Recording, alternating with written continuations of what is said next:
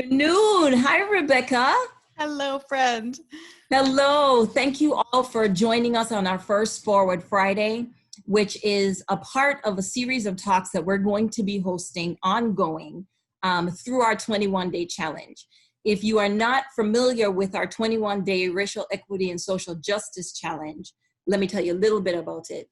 So we launched on Monday, the first ever in South Florida, Racial Equity and Social Justice 21-Day Challenge. Participants can register for free on our platform, create a group, or do it on their own. And for 21 days, we're asking you to create a little space in your life every day to learn about the history and issues that surround the social inequities and the racial justice issues that we see today.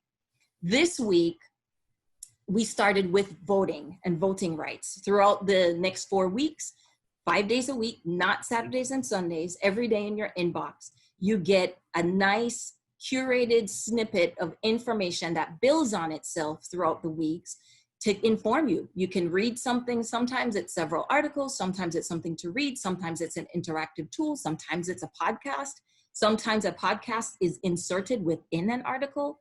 So there are just lots of really cool ways that you can interact with the information. Our priority was to bring you the best information that was out there and to help us to create a community of learning and a learning conversation.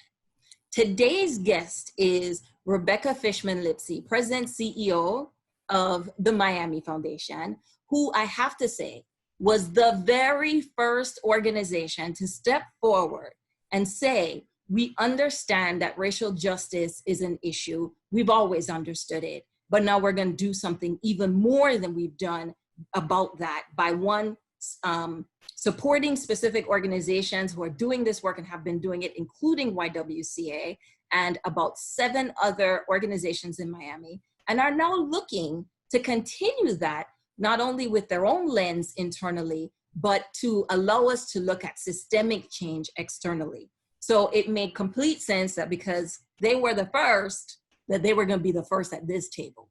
And I wanted to talk about how the challenge was unpacking for Rebecca as a person, as a human being, as a leader, but also to understand the Miami Foundation's role and where we're going to be going, how she sees all this, as well as voting and the topic of the week, which is voting and voting rights and the history of voting and voting rights. So welcome, Rebecca Fishman Lipsey, or RFL. Hello, RFL. Yeah, it's great to be here. I have to tell you, Kerry-Ann, I love seeing what you and the YWCA are doing, and to see how many people across our community are participating and taking the chance to really build their awareness about racial equity in our community. So thank you for doing what you're doing. Thank you. Why don't you tell folks about the Miami Foundation first and foremost? Sure, and I was here to talk about racial equity and what you're doing. But oh yeah, but they need to know where you're coming from. I am less important right now than the work that you're doing, but just to give the quick snippet on the Miami Foundation, it is our community's foundation focused on a stronger Miami for all who call this place home. Resilience is very important to us. Equity in all of its forms is very important to us. And we have assets from across the community, funders who care about the future of Miami, who house their personal wealth with us to help dedicate funds towards the future of Miami. And we give grants out across the community. We convene people in the community to talk about issues that matter. And right now, there's so many things that our community needs to be thinking about. We need to be thinking about the recovery from coronavirus. We need to be thinking about the hurricane season ahead that we're a part of right now. We need to be thinking about racial equity now and always.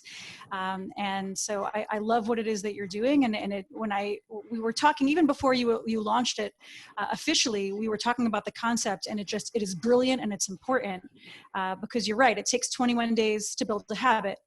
And you are inviting everyone in our community to take 21 days and build the habit of being an advocate for an issue that matters. Absolutely. So tell me about your personal experience with the challenge so far. Oh, I'm loving it. So I guess or not, and that's okay too. No, I'm loving it. First of all, it's just such a clean, positive experience. You know, I get an email into my box that lets me know, like, first of all, thank you for being a part of this. And I'm a part of a movement with thousands of people in my community, a learning journey together where we're building our anti-racist practice. And this is a moment where it is not just enough to say, I care about this, to like a couple things on social media. We need to be in the practice of doing deep personal reflection about racism and the way that it impacts us and the way that we show up to this discussion. And so every day I have the opportunity to choose my own adventure and to push myself. And so on day one, I had several choices, articles I could read, videos I could watch. And the one that I chose was a bias test, was an implicit bias test that I've read about in the past, that I've seen in the past, but I've never really taken the time to take a few of those myself and then reflect on my own biases and stare at them and ask myself, like, what does this call upon me to do as a leader? Yes. And what does this call upon me in all the places where I have power? How am I using this and my reflection of this to influence good in my space? So that was really powerful. I've read great articles through the challenge related to anti-racism. And I think you are allowing people to go to the place where they are ready to be pushed. And there's many choices on the given day based on whether you're ready for a big step or a little step. And so I applaud the way that it's designed. And I hope that everybody watching, if you haven't started, join in. It's time. I have to tell you, when I did the first one, right? So I did the test and I had to really concentrate. And as I was looking at the choices, there was a moment when I thought, which of these do I want to know about myself? Right? Because there was a moment where I was like, I don't know if I really am ready to face what is going to tell me about the way I think about certain things, because our beliefs in who we are this like core fabric that no one tell us we're not, right? And it really hurts to have that chipped away at. So it's an uncomfortable place, but as I saw the list, I was like, okay, where am I going to start? Because I'm a little worried. So I started somewhere safe. I started with gender and some gender norms. And it aligned things like STEM fields and science with male, female, grandma, aunt, And when it mixed it up, quote unquote, mixed it up. Isn't that bad? There you go, Kerry-Ann. But when it switched it on me, I had a delay, because now those terms I had to actually think. It felt like they did this with the information, like they crossed it, which was immediately transformative to me to see that I have this implicit bias in my brain, hardwired, even though consciously, and we know this, the point is to be aware of your implicit bias so that you can consciously put systems or practices for yourself and for companies and organizations. Those are actually hard systems and practices that help us to push past those things. They're not, they're real things. Kerry-Ann, I went straight for racial bias. I was really excited. You went for it. That experience. I went for it. And I remember I was sitting at the kitchen table and I'm taking the quiz of sorts, and my kid walks in the room and starts asking me a question. And I'm like, get out of here. You're going to make me look racist. I'm losing my attention. You really need to focus. And I remember having this moment and this is it's a private experience, but people want so badly to prove to themselves that they are bias free. And that's what the real secret is of this, is for us to stop for a moment trying to prove that we're not racist and sit in the discomfort of the fact that consciously or unconsciously there's bias that has been forced into us since the moment we were born, and that our awareness of that and our willingness to speak that difficult truth and to realize then how even in an implicit way we are living that out in our leadership and our work and our friendships and our life.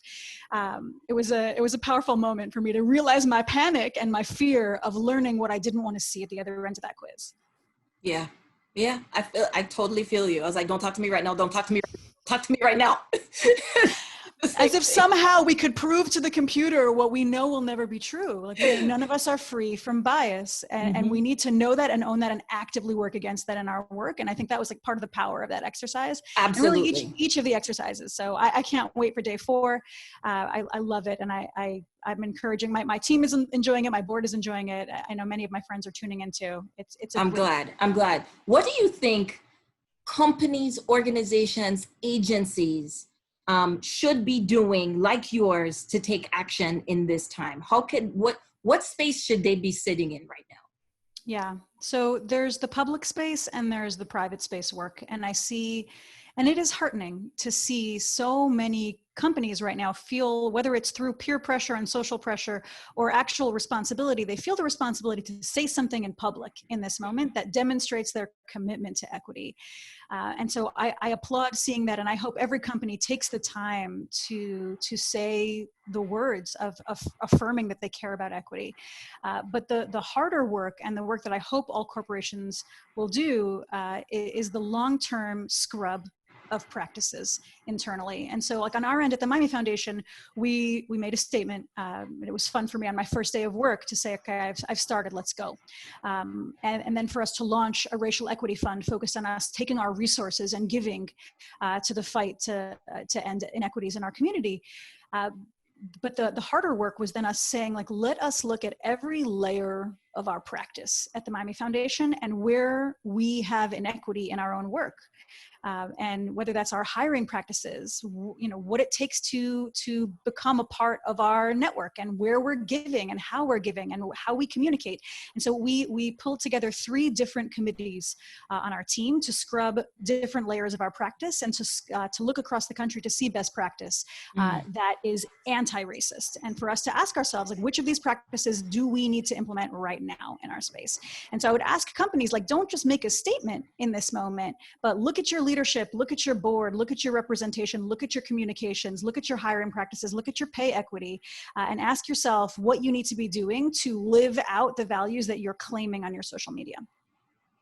100%. And that does not happen overnight. No, it's painful. It's slow, painful work. And you need to be willing in that moment to say and absorb difficult truths about your own practice that may not have been intentional, but that are reinforcing systems of power. Absolutely. And I think a great other place, and I have to tell you, I kind of got the words for this through the challenge also since the first 3 days. A great place for companies to start is to pull the data as to everything in their company that affects or has data, and sometimes you don't, that you can measure from a racial lens. So your hiring, your training, your development programs, your spending, your what people are spending on healthcare. There are so many measures that you need to look at the lag measure, which is what are the outcomes? How are we seeing it show up, and who is applying, and where is that happening? And then back into it, right? Back into, well, what could we have done? What is it in this pipeline of how it comes to be this end result? Because we were all well-intentioned and we all thought we were doing the right thing, because EEOC policies have existed since the dawn of, I don't know, not the dawn of day, but they've existed for a long time. So there is a deeper dive to be had in companies and organizations to say, why this outcome? Mm-hmm. And what is it along the way that has created this? And you do have to back into that. So there is always a place to start. And that is a very firm action, to study that data, to ask for it, to pull it, to have meaningful conversations around it, and then to unpack in a reverse scenario how you got there in the first place. Amen. And I'll say, like, today's reading that I did in your challenge was related to voter suppression. And it's taking a look at one space where there has been systemic inequity, and to think through what are all the practices that are leading to inequity, whether it's the ID requirements or gerrymandering or losing rights, when you go to jail. Incarceration. It was very interesting to see, and I think it was an article from the ACLU. It was very well done, and they listed out a handful of very explicit ways that community after community there is voter suppression that leads to people's voices not being heard and who is selected to lead our communities. And so I think like what this moment calls upon us to do is not just to say we don't like racism, but for us to say, like, there are systems that are promoting the continuation of racist practices, and that like we know what is causing it, and there are policy changes we can make, and like that will impact the way our systems play out in our communities at large. And so I'm excited to see what each of the weeks to come will reveal. But I thought that article today was particularly powerful. Absolutely. Thank you for that. Thank you for that, because it was very revealing to me. People are offended and they don't want to approach this work because they don't see themselves as racist, and they feel racism as an emotion. And what we are trying to do, and what this should do, is have you see that very well-intentioned people can cause very racist outcomes. And we need to separate that and understand the systemic issues, the policy issues, the decisions that have been made that create these outcomes or perpetuate issues that we have a responsibility at that point to question and to dismantle. So thank you for that. That's exactly correct. Now let's talk a little bit about what Miami Foundation is doing around voting rights, or awareness of options and choices and decision-making, because voting is a very, very, very powerful way that our voices are heard, and it cannot be denied and it cannot be diminished. Tell me about what actions Miami Foundation has been taking. Sure. So on our end, we know that our community is stronger when every local knows the issues that matter in their community and is informed, engaged, and involved, and using their voice to strengthen the community. And the greatest power that we have is to determine who leads us, and to make sure that every local here knows like who is running your community, who is making the decisions that impact all the issues and quality of life issues that matter to you. And so we have been running policy forums where we, right now our county commission is like more than half of it is going to be turned over as a result of term limits. We want people to know. It's a big election year. It is a big election year, and I think people they have their eye on the kind of national prize of like who's going to be the president of this country. But on a day-to-day basis, how transit runs in Miami, and how we're addressing sea level rise, and how we respond in moments like coronavirus, and the policies that come out, they're community based. And so we have local commissioners, we have county commissioners, we have mayors, and we need for locals to understand who's cooking the sausage that you then have to eat in your home, and what are your choices, and what is the difference between those choices? And so every other week right now, we're hosting a forum where we invite all of the candidates from different communities. And we say, like, these are your choices. Who are they? And it's not a debate. It's a forum where we're meant to reveal like what the values are of the people who are running, and make sure that people know when the election is happening, and to be informed and show up and have their voice heard, so that our leadership represents the voice of our community. So that's one area where we are spending a lot of time. And frankly, like similarly, we've been making sure that our voice is heard as a community on the census. This is, whether we show up or not in this moment is going to impact our resources for 10 years. And so on both fronts, like on our end, we are by mandate non-partisan. What we are pushing for is to make sure people are informed, engaged, and showing up. Absolutely. And the census actually also determines seats. Yep. Right? And I don't think people recognize that it's not just about being counted, it's about how many electoral seats we also get in the Electoral College, correct? Yeah, there are many triggers from it as well. I mean, the data that comes out from there through the census tracts impacts how much resource we get for our hospitals and our roads. Like there are so many decisions that are made and policies that are made that impact our community based on the count that we have, and so we need to make sure that we get it right. And unfortunately, right now we're trailing behind, and we will face the consequence. We need to show up on our census, and we got to show up to vote. We got to show up big time. And thank you for that. And for those of you who are not plugging into this, they can revisit them, I would imagine, on your website at the Miami Foundation, that all those videos from the previous candidates. Yeah. They're on our social, and then eventually they'll be put up on the Vote Miami website as well. Excellent. So go to the social media pages, Instagram as well as Facebook, and you can see it on their IGTV. You can see it in their videos, and you can look for your candidates and learn more. I know I participated in several that changed my mind. Yeah, I was surprised too. That changed my mind, and I was like, well, look at that. Well, look. This is who you are.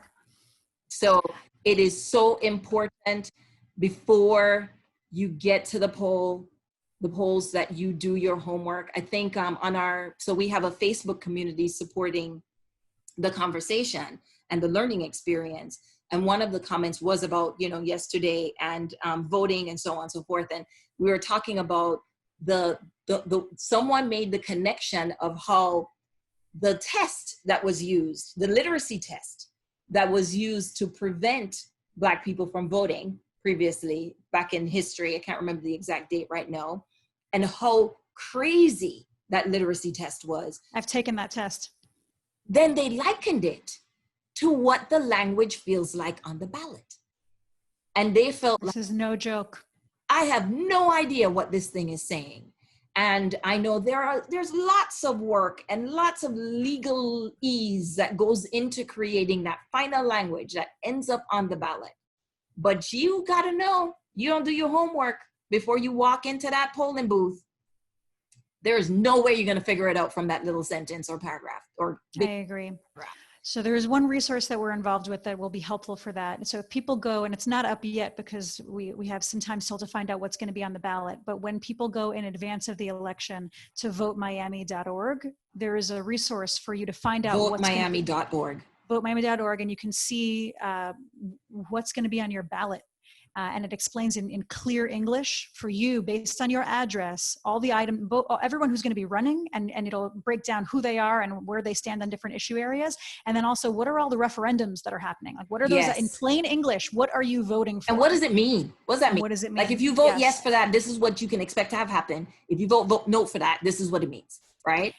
And those are worded, some of those are worded in a very sneaky way where, it will seem like you are voting for one thing, but you're actually voting for another. And it's done in a way, it's meant to suppress the voice of people at times because they don't understand what they're voting for. So I remember in the last election, I forget what the item was, but it was something related to energy, to solar energy. And the item was worded in the reverse language and in such a way where people would think they were voting for one thing, but actually if they read the liner notes, they were voting for another. And there was a ton of work on the advertising front and to have commercials in advance of the election to help people understand they either vote yes or vote no. People need to make sure that they have been given kind of clarity about what the legalese is asking them to approve. Absolutely. So even today, you better make sure you do your homework before you show up, because that complication of language still exists. And we still have work to do there to dismantle that and make it much more user-friendly for the average voter who shows up that day, trying to do the right thing. So I'm glad that those resources are there. Please visit, please use those websites. Please do your homework before you show up. This is all free resources. Share it with a friend. And we are going to have those resources also available on our website ongoing to make sure that there's a landing place for everything that you need as you go through this. Rebecca, any last wise words for us? No, I'm really grateful for what you're doing. I'm glad to be a part of it, and just would encourage anyone who's tuning in, if you had the time to luxuriate in this conversation, fill out your census and sign up for this challenge and join in the effort. I think we're all being pushed right now, and we need to make sure that this is an ongoing conversation long after it is the topic that is flooding all of our feeds. If you haven't signed up, you can still sign up. There's a way that you can catch up. We've already released everything that has started on Monday, so you can go back to Monday and catch up to where your friends are in the community. Over 4,000 people registered to date now, Rebecca. Almost 150 companies, agencies, groups, partners, challenging themselves and their friends to learn and having great conversations. I thank you so much, not just as the Miami Foundation, but I thank you so much as my friend who always holds me accountable and holds a mirror up to me and challenges me to be better every day. And I think every woman, every person needs that. So I thank you for coming and being our first guest, and always be my first. Thank you. Appreciate you. Talk soon. I appreciate you too. And we will see you guys on Friday, obviously, Forward Fridays, but every Thursday, we're also having a conversation at Venture Cafe. for everyone who's participating. Every Thursday evening, you can jump into that chat and just have reflections and conversations. If you want a place to kind of sit in that with other people that are participating, we're doing that. Every Tuesday, we have Take Action Tuesdays, which is our Instagram live conversation. Join that and join the Facebook group that's supporting the 21-day challenge. There's lots of great conversation and other resources being shared there too. So thanks again. Have a fantastic weekend to everyone. And Rebecca, you too, have a wonderful weekend, okay? You take care. Bye-bye.